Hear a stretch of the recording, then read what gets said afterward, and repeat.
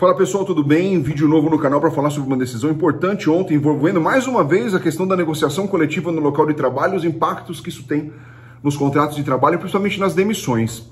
Ontem o Supremo Tribunal Federal, dia 8/6/2022, o Supremo Tribunal Federal, ele decidiu, no caso de um recurso extraordinário 999435 do tema 638, grosso modo, caso Embraer, discutindo se é necessária a negociação coletiva nos casos de demissão em massa. Se o empregador está autorizado a fazer demissões em massa sem a intervenção do sindicato, sem a negociação com o sindicato, ou se ele está obrigado a invariavelmente negociar com o sindicato antes de proceder às demissões em massa. Existe uma polêmica muito grande envolvendo o conceito de demissão em massa, demissão plurima e demissão individual. Até que ponto demissões individuais? Eu não vou entrar nesse cipoal. Demissão em massa, do caso Embraer, é a demissão coletiva. A demissão de mais de uma pessoa que abale sensivelmente o meio produtivo, tá? Um ponto importante, essa decisão é de um caso envolvendo um assunto anterior à reforma trabalhista que entrou em vigor em novembro de 2017. Porque a partir de novembro de 2017, a reforma trabalhista, muito criticada por nós, ela passou a prever esse instituto da demissão coletiva, da demissão em massa e da demissão individual, lá no artigo 477, a linha A da CLT, falando que não é necessária a intervenção sindical, não é necessário debate, não é necessário nenhum tipo de diálogo social para que o empregador tenha aí o direito a exercer o seu direito potestativo de demitir. Demito quando eu quero, quantos eu quero e como eu quero, tá? E sobre esse artigo existe uma ADIM correndo, né, uma ação direta de inconstitucionalidade, questionando se esse artigo ele está de acordo com o artigo 8º da Constituição Federal lá, a ADI 6142, e é uma polêmica muito grande envolvendo aí esse assunto, né?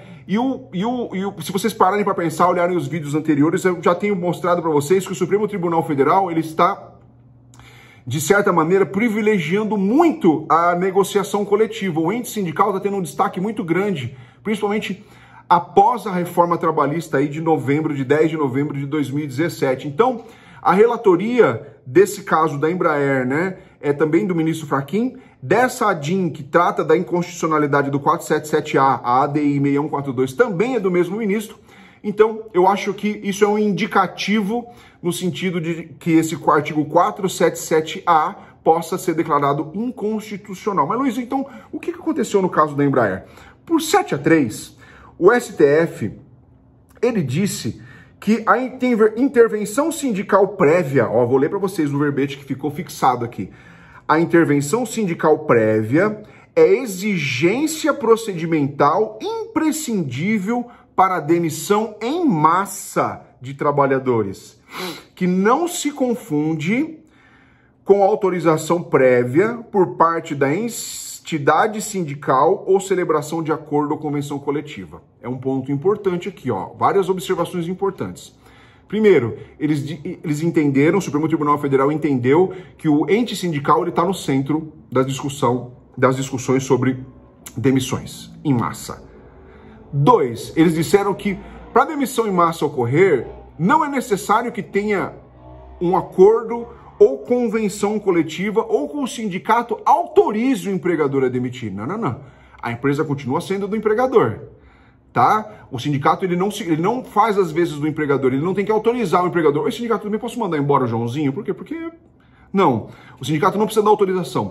Não precisa necessariamente ter a existência de um acordo ou convenção coletiva de trabalho, que necessita, de acordo com a legislação em vigor, do comum acordo para ser distribuído lá o dissídio coletivo ou outra medida que o valha. Não necessariamente tem que haver um acordo, mas tem que haver o debate social. Tem que ter a mesa redonda, discutindo possibilidades. Porque as demissões em massa, elas podem ocorrer por várias coisas, por modificação de plantas, alteração de tecnologia e principalmente nos casos em que a empresa fecha. Então, por que não é necessário, de acordo com o Supremo Tribunal Federal, a existência propriamente dita de uma negociação coletiva? Porque qual seria o remédio jurídico no caso em que a empresa quebrei? Qual seria o remédio jurídico para tutelar um cenário como esse? Fazer um acordo coletivo para quê? Os trabalhadores vão assumir a empresa, eles vão pegar as máquinas e vão continuar tocando? Não existe, posso parcelar mais? Então, às vezes, a negociação coletiva, né, que não necessariamente deságua em um acordo, numa convenção, elas são no sentido de trazer uma melhor saída para moldando aquele microsistema daquela realidade que o sindicato, ou seja, os trabalhadores e o empregador vivenciam melhor,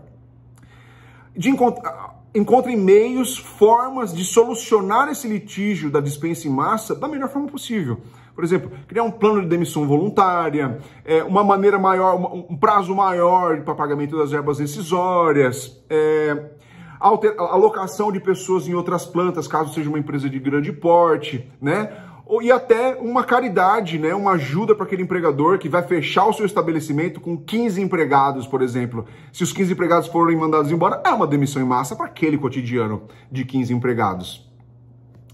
Então, o Supremo Tribunal Federal entendeu que isso é importante. O sindicato, mais uma vez colocado no centro das atenções aí da negociação coletiva, para fins até de encerramento da empresa, nos casos de demissão em massa, né? De fechamento da empresa, de alteração de lotação de mão de obra e de mutação de tecnologia em que há desdobramento em demissão de volume expressivo de pessoas, o sindicato está obrigado a negociar. É um indicativo de que essa ADI 6142 vai retirar a vigência, vai declarar inconstitucional esse artigo 477A da CLT. É um julgamento, como eu disse, de uma questão anterior à reforma, mas que ela tem desdobramentos muito importantes, tá? Então fica essa reflexão.